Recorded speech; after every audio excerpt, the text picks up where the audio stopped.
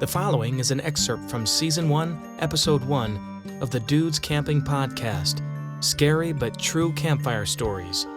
Click the link below in the description to hear the full episode, and make sure you subscribe to our channel so you never miss another one of our videos or podcasts. So sit back, relax, and enjoy The House on Girdham Road. High school was a strange time for me. It was a strange time for everyone, I think, but for me, it was the culmination of strangeness and supernatural occurrences that never seemed to happen when I was looking for them, except the house on Girdham Road. There wasn't much to do on the weekend in Northwest Ohio if you didn't drink or party. We spent most of the nights terrorizing the drunks, antagonizing the meatheads, or looking for some secret place to explore and scare ourselves into believing we had a supernatural experience. There was one such road on the outskirts of Toledo's largest state park, a 3-mile road that had no streetlights, stop signs, and hardly any houses. It was enclosed on either side with thick bushes and oak trees that continued into the dark and scary unknown. There was hardly anything on this road, and no reason for anyone to be driving on it, especially 12:30 at night. Someone had told us about the road, that they had a creepy supernatural experience one night. A strange light hovered on the back corner of their car as they drove down the road, scared them out of their minds, so naturally, we were drawn to it, pleading for our own creepy experience. We would drive out to the road at night, shut our car lights off, and be surrounded by complete eerie darkness. No matter how long we allowed our eyes to adjust to it, they never did. At one point, we discovered a small plot with 3 gravestones on it. There was an eerie fog, so we dared each other to get out and walk on the graves, but somehow we knew in the back of our minds that if we did, the others would take off and leave us stranded in pitch darkness with the possibility of a zombie outbreak. Spooky. One night, my friend Brad and I decided to go out to Girdham Road and park the car on the side, take flashlights, and explore on foot. As 2 bored teenagers, it was the bravest and scariest thing we could think to do on a dark Friday night. We found a nice, isolated spot to park his car by a rocky path, grabbed our flashlights, and began to walk towards the dark, scary woods beyond. As we walked in the direction of the impeding darkness, we saw a looming black structure in the distance. There shouldn't be anything out here, I thought. As we got closer, the structure started to take the gloomy shape of an abandoned house. We approached from the side and walked around to the front. It was abandoned, all right.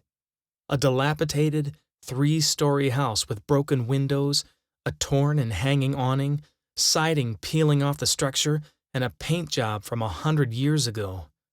From the front, it resembled every haunted house in every scary movie we ever saw, from Amityville Horror to Beetlejuice. We had hit the jackpot of ghost hunting before ghost hunting was actually a thing. Brad looked at me and smiled. Bingo, let's go. With my Methodist upbringing, I said a quick prayer of protection and hesitantly followed through the open front door, which was hanging off the hinges. We walked into the most destroyed and rotten-looking house I had ever seen. Half the front room we were standing in had collapsed, leaving a gaping hole into what looked like the basement. I realized that this was going to be quite a dangerous expedition. Brad was excited, and I was very nervous about the state of the structure, and also an ominous feeling of being watched.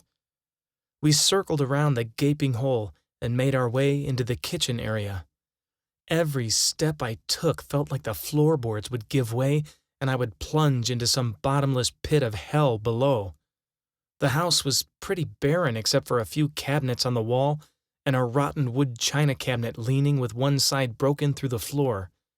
We turned the corner and saw what used to be a staircase leading up to the 2nd floor. It followed the wall and went right above the hole of darkness. I did not like this at all. Brad said, "Let's go." I was against this idea because we had to pick our steps very carefully.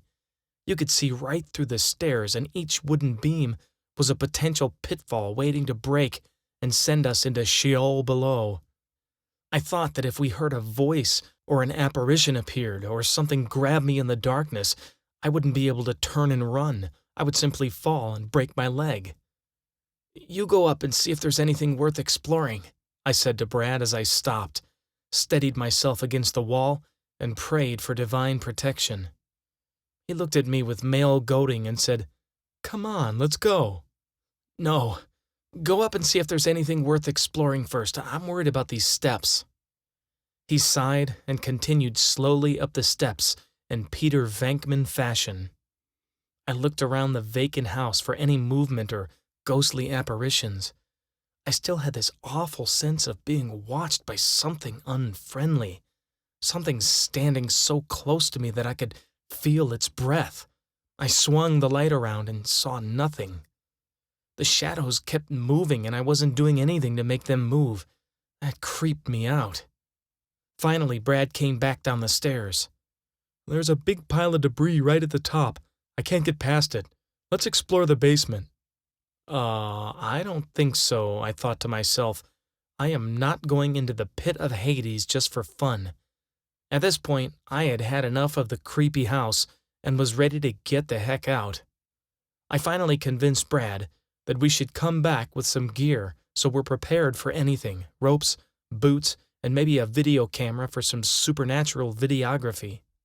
He agreed, and we slowly made our way out of the house. I breathed a sigh of relief as we exited the dilapidated house from hell. Walking back to the car, I kept looking behind me, imagining a black-robed witch bursting out of the door and chasing us while screeching obscenities and curses. We got back to the car and made our way home. Mission accomplished. We would return the next week. Next week rolled around and we had psyched ourselves up into returning for a more thorough exploration of the Girdham Road house. We had boots, rope, pocket knives, clubs for protection, and anything else we thought would protect us from a supernatural encounter. As we drove down the vacant, seemingly abandoned road, we parked in the exact same spot as before, using a small rocky path as our landmark. We gathered our gear and donned our flashlights as we began the trek back towards the dilapidated house on Girdham Road. We walked for quite a distance when I turned and realized we had walked too far. We were on the outskirts of the thick woods and there was nothing beyond. We turned and walked back, thinking we must have walked in the wrong direction. Swinging the flashlights back and forth, we saw no sign of the house. We spent the next hour and a half conducting our own ground search in a grid of the area we were completely certain the house was located. We found absolutely nothing, not even a trace of where the house had been. We were both confounded and baffled. We drove up and down the road for 20 minutes trying to see if we parked in the wrong spot, but there was only one rocky path on the whole 3-mile stretch that could have led to our mysterious house. It had completely disappeared. We went home disappointed, but somewhat satisfied that just a week before we had explored an abandoned house, and now it just vanished into thin air. 1 month later, we returned in the daytime to hunt down our house. We came across a mound that looked like a house had once stood upon its grounds, but it was all grown over and could not have been removed so quickly. Brad and I returned several times afterwards, but we never found the house again. Had we stepped into a vortex, another dimension? Maybe the house existed in another time. Maybe we had a hallucination. Or maybe the house on Girdham Road was a place that should have never existed. If you enjoyed this story, please hit the like button, share it with everyone you know, and hit that subscribe button so you don't miss our next video. Please visit the podcast Scary But True Campfire Stories presented by Dudes Camping by clicking the link below. Look for other audiobooks narrated by Matthew S. Newbold on iTunes, Amazon, and Audible, and we will see you guys around the campfire.